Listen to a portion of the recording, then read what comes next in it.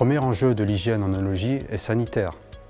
Il est lié à la consommation de vin. C'est un aspect réglementaire essentiel pour lequel l'Institut a travaillé au travers du guide des bonnes pratiques d'hygiène filière vin qui revêt un aspect réglementaire et obligatoire. Le deuxième enjeu de l'hygiène est lié à l'aspect marchand du vin. L'hygiène des surfaces, des équipements, de tout ce qui entoure le vin doit permettre de limiter les altérations microbiennes et les déviations sensorielles.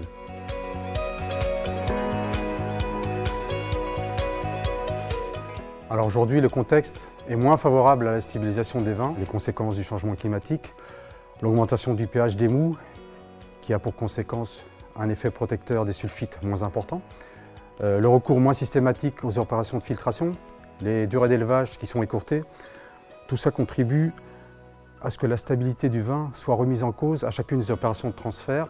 L'hygiène doit être adaptée à ces risques, aux surfaces principalement. Ce sont des gestes au quotidien qui doivent entrer dans l'itinéraire d'élaboration du vin.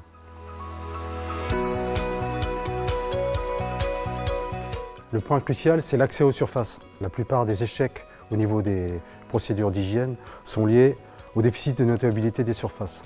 Le vieillissement prématuré des matériaux entraîne un changement d'état de surface qui va favoriser l'encrassement, la bioadhésion en particulier, qui sont des phénomènes chimiques finalement, des forces d'attraction entre la souillure et la surface. Il faut ensuite évaluer le risque, identifier la souillure et la caractériser, sa nature, pour pouvoir mettre en place la procédure adaptée. Enfin, il faut planifier, contrôler et tracer les opérations d'hygiène.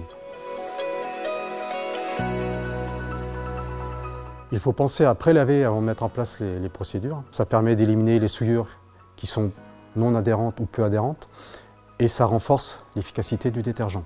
Il faut éviter les délais trop longs entre un soutirage et le détartrage d'une cuve par exemple.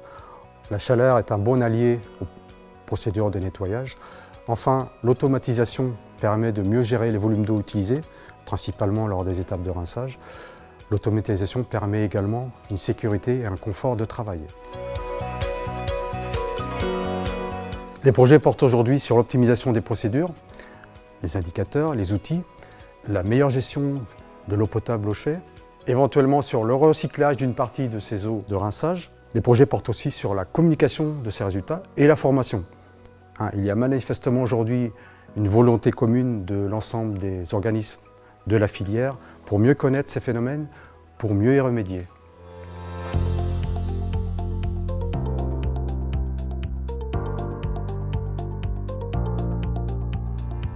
Alors, le projet Fluo porté par l'IFV et soutenu par le Conseil interprofessionnel des vins de Bordeaux a pour principal objectif l'optimisation des procédures d'hygiène et l'optimisation également des consommations d'eau potable au chai.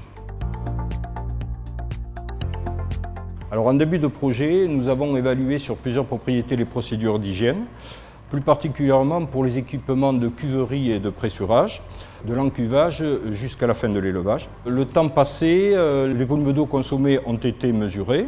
La qualité des eaux de rinçage a été évaluée par des mesures de conductivité sur les eaux. La qualité du nettoyage et de la désinfection a été évaluée par des mesures d'ATP-métrie et d'écouvillonnage sur les zones difficiles à nettoyer. À partir de ces écouvillonnages, des dénombrements de population de levure totale et bactéries totales ont été réalisés, ainsi que des dénombrements de flore d'altération avec identification, et des nouveaux outils d'application des produits chimiques ont été évalués. Les résultats ont montré, notamment sur l'évaluation de la qualité des eaux de rinçage par mesure de la conductivité, qu'il était possible de diminuer la quantité d'eau utilisée de 30 à 50% par an dans le cas des équipements de cuverie. Et également une diminution de temps de réalisation a été évaluée à moins 20%. Des propositions d'amélioration ont été réalisées sur le nettoyage et la désinfection de zones difficiles d'accès, par notamment le démontage et la désinfection ciblée de certaines pièces comme la vanne-boule et également les robinets de dégustation, et par l'utilisation d'outils innovants d'application des produits chimiques tels que le diffuseur rotatif. Ces résultats ont permis l'élaboration de procédures optimisées qui ont été validés en fin de projet sur les propriétés concernées.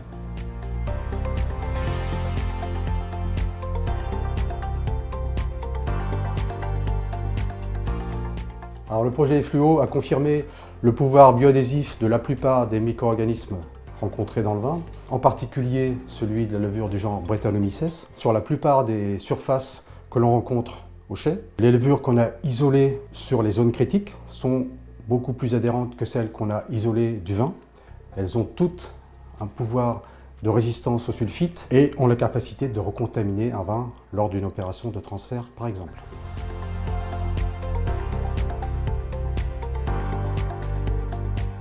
Cette collaboration, elle nous a permis de faire un état des lieux et un point sur justement les points critiques au niveau des différentes zones sur les cuves ou le pressoir, voir s'il y avait des problématiques de micro-organismes qui restaient par rapport à la désinfection. Et derrière, de pouvoir quantifier aussi les quantités d'eau utilisées et voir aussi par rapport aux quantités d'eau si notre travail était efficace ou non. Suite à cette collaboration, on a modifié deux choses. La première, c'est au niveau de la partie pressoir pendant les vinifications.